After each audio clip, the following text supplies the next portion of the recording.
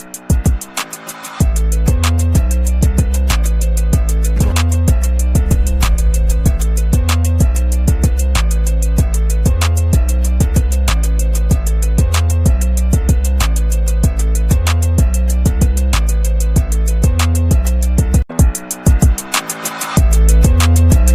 to another exciting episode of the Andre The Beast Crayton Show. Today we're going to go into my favorite sport, bodybuilding. But not just dabbing into it, but wondering what it's like to come from another country and to come over to the United States and compete in a sport that is very difficult. And let me explain to you what I mean when I say very difficult. Bodybuilding is an individual sport. If you ever really wanted to know what it's like to test your athletic ability, this is a sport because you're judged by so many different people, and it's really hard because the difference between first and second or even the top 10 is really just a matter of points.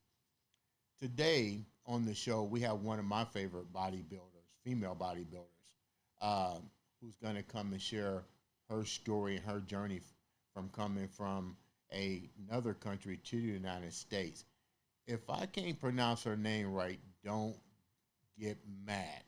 But welcome to the show, IFBB Pro, all the way from the Czech, Aurelia. Did I get it right? Yeah, very, very good. But from Czechoslovakia, former, right now from Slovakia. Okay. Very good, very good. Your career journey started between Ukraine, Russia, the Czech. Was that where you was born in that region? Am I correct? Following your career, that's where you was born. I was born in Slovakia. That time it was Czechoslovakia, but we split it. We were divided, and I was raised most of time in Slovakia. So, but of course, it's Eastern Europe, and this region for viewers can be that is I am from Eastern Europe. What's it like? What's it like growing up with different countries that are so closely bordered? How do you adapt, or what is a normal day life for you with so much chaos going on and now it's divided and you're seeing so much because this is your homeland. What was it like for you growing up over there? When we were divided from Czech Republic, it was very, very calm and very polite act because it wasn't at all a problem because both countries agreed with some rules, and we were divided without some fight or something like people can think about it. And really, we that time government decided that will be better to live like Slovak Republic and Czech Republic. And that time I didn't feel something like some pressure or some stress or some disappointment. Regarding right now, what you maybe think about Ukraine, that is a completely different situation because there is war and everything. And we are watching from USA because we are right now here, and really is for us a very, very stressful situation. What is going on there? So, but right now in Slovakia is a normal situation. Despite of fact that we are neighbor of Ukraine, in Slovakia this living is the same like before. So only there is a problem that we have to be careful what is going on, how long will be this war and everything. So really sometimes these thoughts are about what will be, what is going to be our future or something like that. When you see these things happening, how much of an impact is it for you now that you're in the United States, but you see your fellow comrades on all sides of the border dealing with this conflict yeah, of territorial borders and yeah, yeah. resources and lives being impacted on all sides of the on all sides.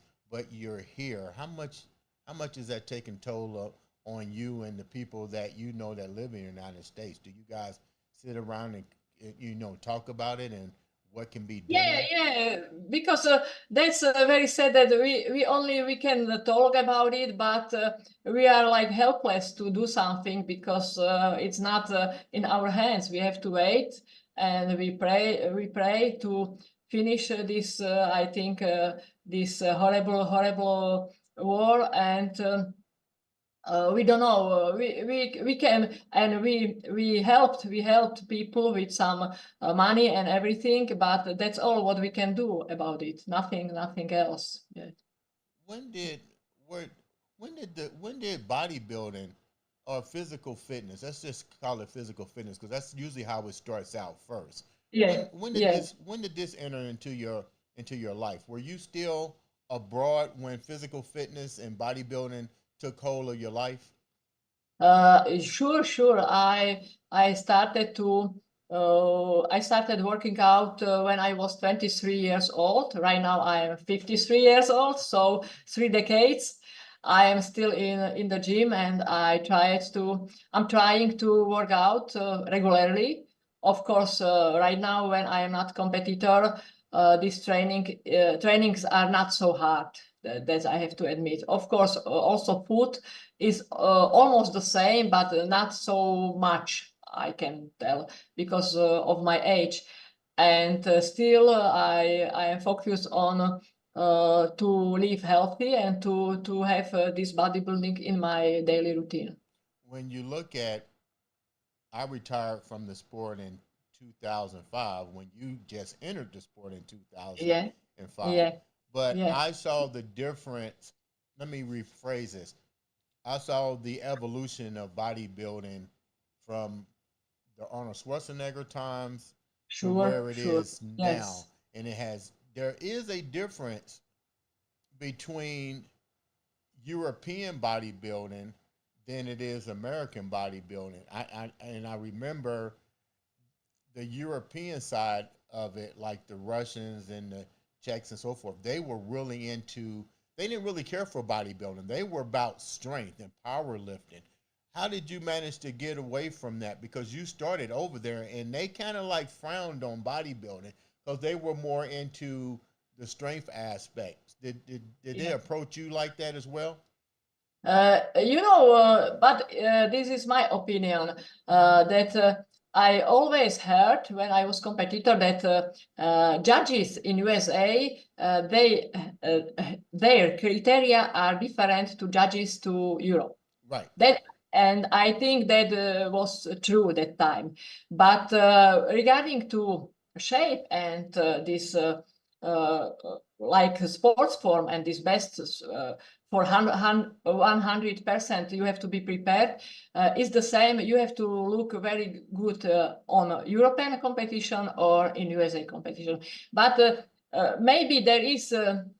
Something what is more focused among judges in USA and more focused among judges in Europe competition because what when they started new categories, for example, like figure and bikini and these categories, and it was completely different view of judges in Europe like in USA. That's true. That's true. It is so funny. I was one of the original judges to help Really? Oh my and God. yeah, to help Oh my impact God. the Yeah. figure in Yeah.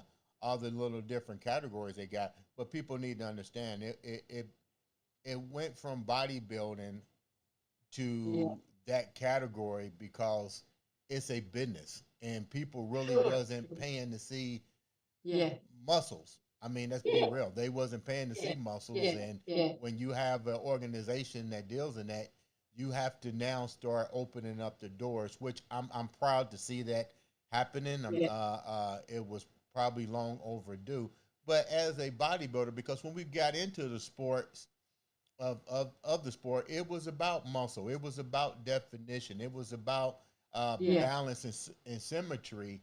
Now you have so many categories that I almost get lost in the matrix trying to I figure agree. out I agree. Yeah. what are we really what signal are we really sending out now?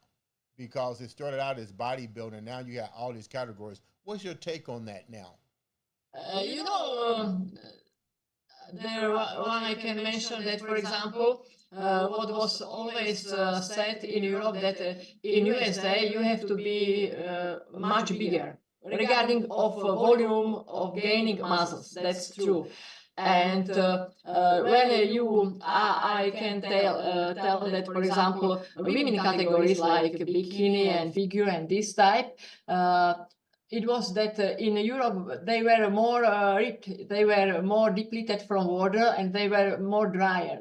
But I think right now is the same that in USA are also prepared because you know that is very difficult when you are too big. It's very difficult to be also very dry, and but right now this top of the athletes there can be big and also very well prepared regarding of depleting of water and everything. So that's true. What were some of the things that you struggle with because you're dealing with a sport that is judgmental. Let's call it what it is. You train just as hard as the next person. You might have 15 women in your class and all of you guys look great.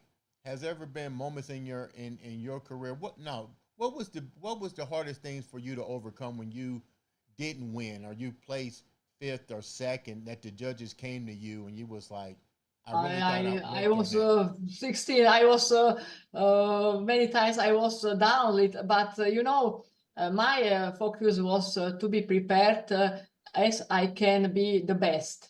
And I knew that I am not able to put on so much muscles like another competitors, but I did everything what was necessary to do during training, during this all time. My nutrition was great, everything I did, and I felt very good on the stage, despite of this fact that I saw bigger women and better prepared. But I felt that my body is able to do right now this, and for me it was 100% condition on the stage, and I was lucky. And I didn't have problem, you know, and not to be happy or be angry that oh I finished not very good, because I knew that each year I can be little better, but little. That's problem that I wasn't able to do huge progress from years to years to years. I was better only little, and but still for me it was huge thing, and I'm lucky that I could be on the stage, and I was able to compete with the best bodybuilders from the world. When you competed overseas, um, how difficult was it for you to compete overseas, and then how difficult was it for you to transcend that same level of competition to the United States? Because the United States definitely has different Yeah, criteria than your is European. the best. Yeah, yeah. That's what I mentioned before, that uh, there these women on the stage were in comparison to me were too big, and I recognized that, but I wasn't able to catch their style and to be the same big like they were. But still I try to do the diet and everything, and to look better and better. That's but well, you said that you know, bodybuilding in USA is the best bodybuilding, and I was lucky that I can be in USA. That's true. When you got your pro card, what was that like for you? What event was it that you got your pro card? I was very happy, and still I am happy that I was in the past that I was a female bodybuilder. And sure, I'm not like sometimes it cost a lot of money, but it was experience and still is experience to be there and train there, because here are the best situation regarding to this sport, and also audience and people are very helpful. And what I cannot say about people in Slovakia, where for them female bodybuilder is something crazy, Right.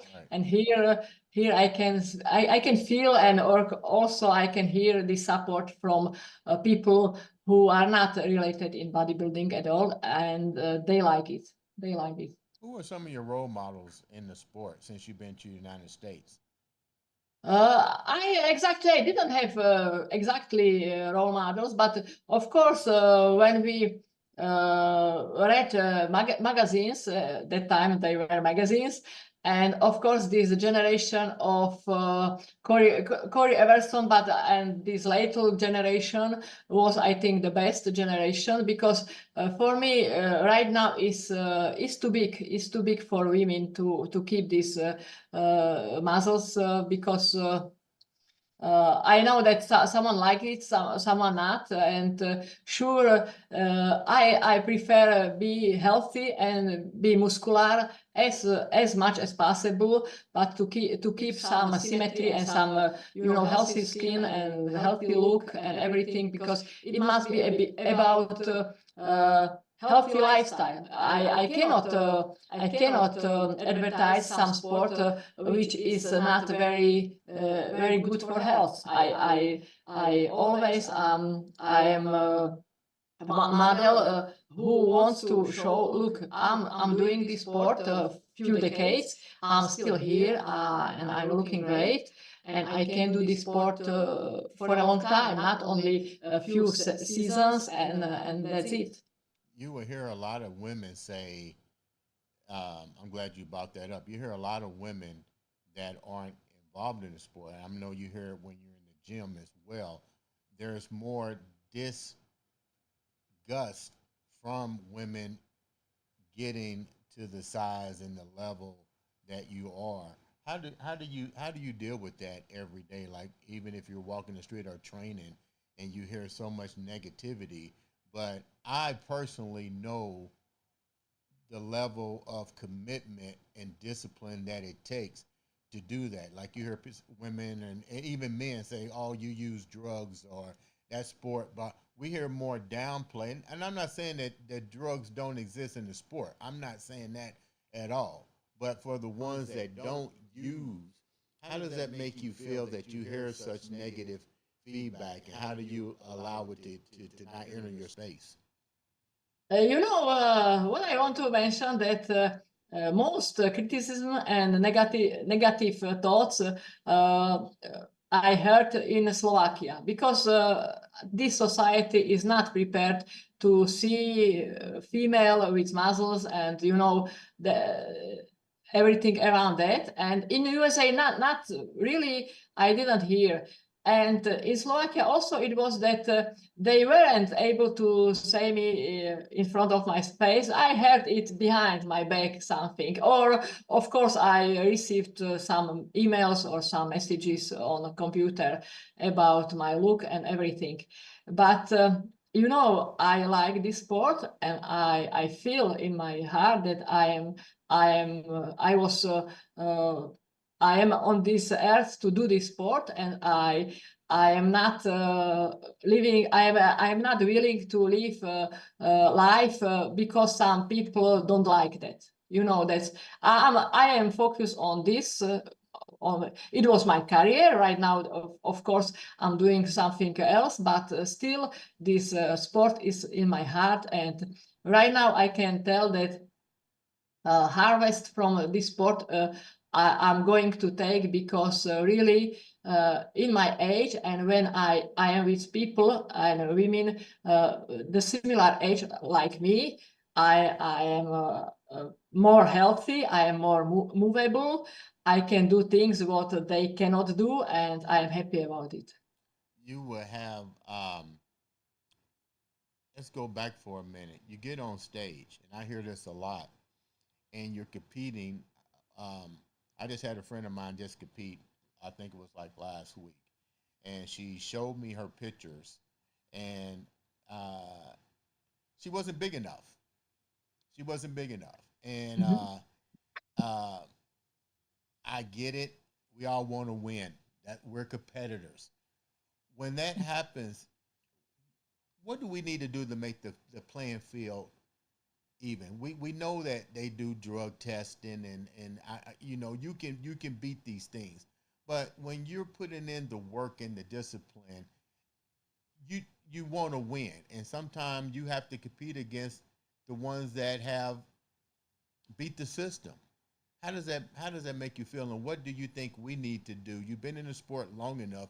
You have a voice. What do you think we need to do to change this? Should the judges say, okay, we we're not stupid. We know you did something. Should the judges have a sense to say we're going to take away 2 to 3 points because of this, or what do you think to make the playing field better? Because let's be real, Mm. drug testing is not. Yeah, yeah, of course, but many things can be done. But of course, if there is, if there is some mode to do that, and some, some willingness, because, for example, I think this bodybuilding is sport for which have to take a long term. You cannot be young and to have big muscles. It takes times. You have to work out many years, and after that you have nice muscles with good quality, and after many years of dieting these muscles will be visible. There is not necessary to take drugs, of course, but people are very they want to everything very fast, and very fast wants to people on the stage, and very fast wants to people like audience wants to see very big muscles, but it takes time. And second things what I uh, in my mind, of course, only that really they should be put a drug test on the competition, because not only because that you can eliminate this stuff, but of course it's very good for to keep people healthy, because you cannot take it for a long time and after, without some healthy problems. That's you, you, I think they should be again put a drug test. okay, you mentioned this is your career. Yeah. Is bodybuilding for you lucrative career? I mean, I hear individuals say I got a pro card, but they're not making money to live off of. If you're putting 30,000 in your career for one show or two shows, you got to make 60,000. Is that even possible now that you're a pro? Yeah, that's true, because of course there is also my situation that I wasn't able to earn money from bodybuilding, and everything was paid by my husband, and we had this money, and we freely decided to spend for my sports. And that's true that it's very difficult to do this sport because of nutrition, because of traveling, because of color, what you have to have on the stage. You have to be prepared. You have to have these competitions, swimsuit, everything is paid by yourself. And if you don't have sponsors, you have to pay it. That's true. That's Yeah, very because difficult. I think from a woman's standpoint, it has to, you have to have. Some people would say it's a hobby because you don't get health benefits, you don't get retirement benefits. I mean, Yeah. Look at Ronnie Coleman. He can't damn walk, you know. But he had another job outside of bodybuilding. How is it important for you for an what's your take on somebody that wants to be a bodybuilder? What would you say to them? That's very difficult. What I want to say about another job, because if you have, despite of what kind of job you have, if you're sitting in the office, maybe, but if you have another job which required some physical activities and you are tired, I cannot imagine to come to the gym and to do best training and to build some muscles, because right now I have a different job. Of course, I am not competitor, but I have a job, and after job I'm going to gym, and I'm lucky that I'm able to do something and to keep my muscles at least, because really it's difficult to have energy for very good quality training and to be on the stage. I cannot imagine during diet to have job and to do diet before competition. This 8 or 12 weeks before competition you are on diet, and really that's very difficult. But I heard that someone is able to do, but it must be hell, really. Are you still competing currently, or are you retired? I'm retired right now. I'm retired. My last competition was 2019, and before COVID, because I wanted to do 1 year more, but COVID came, how to say, and after that these competitions were cancelled, and many of them they were announced. After that they were cancelled, and I decided not to compete again. What are you doing currently right now? You retired from I'm the sport? doing because I have to earn some money, and I'm personal trainer, but again there is problem because many people didn't come after this. It was this quarantine and everything, and they are starting to train home, and they choose different sports, and it's very difficult to find clients. So I have a completely different job. I'm working in a grocery shop, but still I am in Powerhouse Gym. My gym is Powerhouse in Tampa, and I can train people. I have everything to train these people, but that's really I don't have time and energy to find new clients, because sometimes people come and train one training, and another training they will not come. So that's difficult. And How have you seen? Have you seen since COVID? You mentioned that you got a gym in Tampa, Florida, and yeah. it's not as lucrative now. Uh, it- but I see tons of females now that are entering the sports of figure. It's like all over in bikinis, like all over. Why do you think that there's a drop? But clearly on the internet, it shows that there's not a drop. People are getting on stage like crazy. I don't know. I think for young women is this category is very attractive. Bikini or for example, for this shorter girls is very good, this wellness category. That's true. But of course, everything is about bodybuilding, about lifting weights.